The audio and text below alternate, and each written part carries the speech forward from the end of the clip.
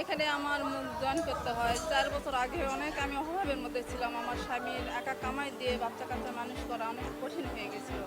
তারপরে এখানে কাজ দেখলাম, মহিলাদের ভালো কাজ হচ্ছে, আমি লাগলাম। কিন্তু আল্লাহ দিলে এখন দেখতেছি এই কাজ দিয়ে আমার খুব ভালো হচ্ছে ভাই।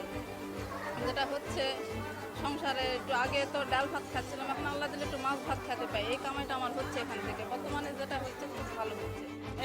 সকাল 9টায় আসা ঢোকা হয়, আবার যাওয়ার আগে 1:30টায় লাঞ্চের টাইম দেয়, আবার 2:30টার দিকে ঢোকা, বিকাল 5টায় ছুটি যাবে।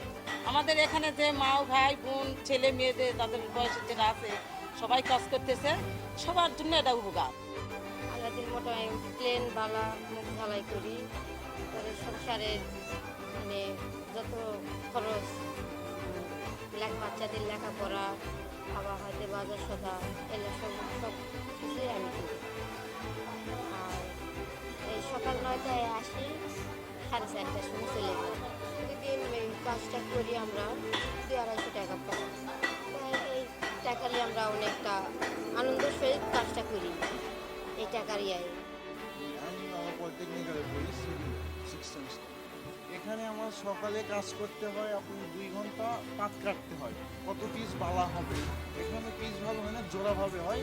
ওখানে আপনি 1200 জোড়া আমি পাত কাটি পিসভাবে, 2400 পিস পাত কাটি, 1200 জোড়া। আর আপনি বিকালে ওটা কাটা হওয়ার পরে লাঞ্চের পর আমার এগুলো মাপ ধরতে হয়। মাপ ধরে মিলানোর পরে আমরা চলে যাবো, আমার 3 জনে এই কাজ। এই টাকা দিয়ে আমার লেখাপড়ার খরচ, আমার প্রাইভেট খরচ, এছাড়া আমার কলেজ খরচ, আমার যাতায়াত ভাড়া, খাওয়া খরচ, চিকিৎসা খরচ, এগুলো সব করেও কিছু টাকা বাঁচে, এটা আমার শখের জিনিস অথবা বাড়িতে দিতে পারি। সব মিলিয়ে খুব ভালো চলে এখানকার ইনকাম দিয়ে। লেখাপড়ার পাশাপাশি একটা কাজ করি, অনেক ভালো চলে।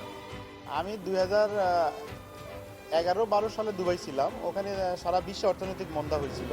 সেখানে খুব ভালো করতে না পেরে আবার দেশে রিটার্ন চলে আসি। আমার ফ্যামিলি তো চালাতে হবে, এই উদ্দেশ্যে এরকম আমার কাজটা আগেই জানা ছিল। তারপরে আমি শুরু করি এটা।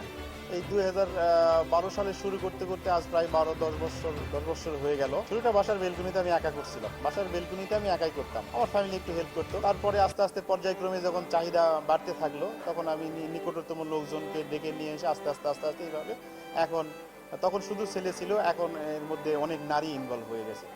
আমি একটা হালাল রুজি করে এতগুলো মানুষের প্রতিনিধিত্ব করতে পারতেছি, আল্লাহ পাকের কাছে হাজার হাজার শুকরিয়া।